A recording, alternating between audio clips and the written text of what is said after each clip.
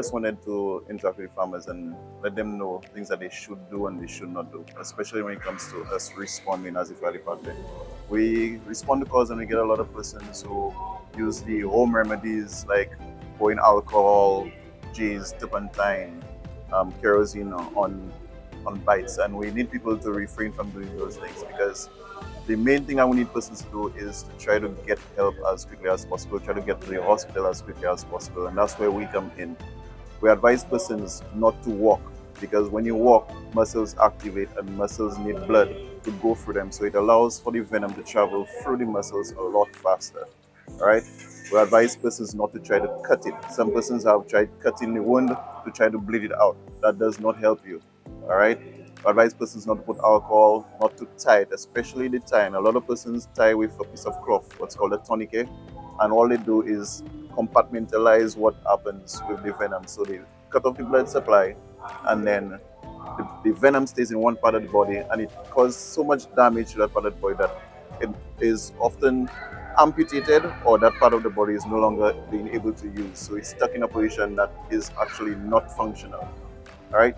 So you advise persons, if you have help, I have someone carry you to a safe place, with the ambulance, or get private transportation if it's quicker. If that way is quicker for you.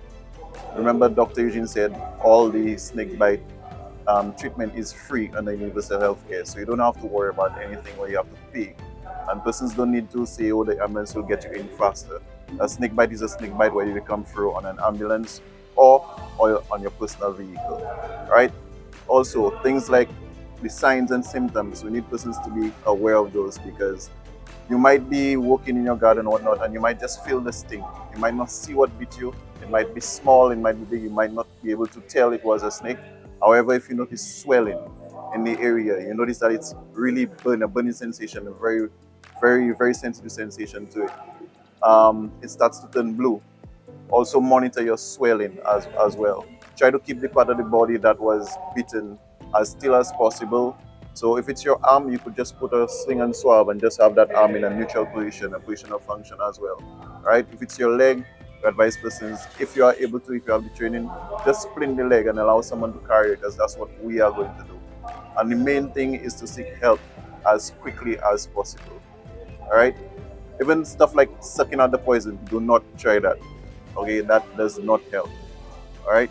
So we just advise persons to be vigilant, practice safety, right, and just practice getting there as soon as possible, getting to the hospital as soon as possible. So you go to either the Owen King, OKEU, or you go down to St. Jude because that's where the venom, the anti-venom, is available right now.